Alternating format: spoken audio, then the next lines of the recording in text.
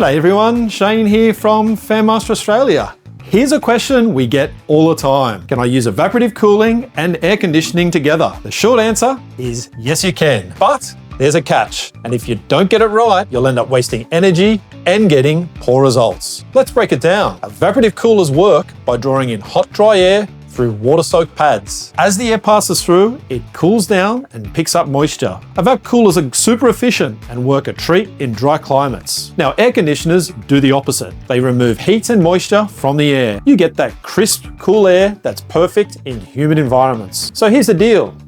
Evaporative coolers add moisture. Air conditioners take it out. If you run them at the same time in the same space, they're basically fighting each other. It's like turning the heater and the aircon on at the same time. It makes no sense and costs you a fortune in energy. You can use both, but you've got to be smart about it. Here's how. Use evaporative cooling during the day when the air's dry, then switch to air conditioning in the evening when humidity rises. Or use evaporative cooling in the workshop and aircon in the office. Just keep the spaces sealed off. The key is zoning and timing. At Fanmaster, we've got both portable and fixed evaporative coolers, plus portable air conditioners and ventilation systems to help you get the balance just right. Whether it's a warehouse, workshop, or site office, we'll help you choose the right gear for the job. Still not sure what setup makes the most sense for your space? Give us a call on 1300 900 345 or check out the full range at www.fanmaster.com.au.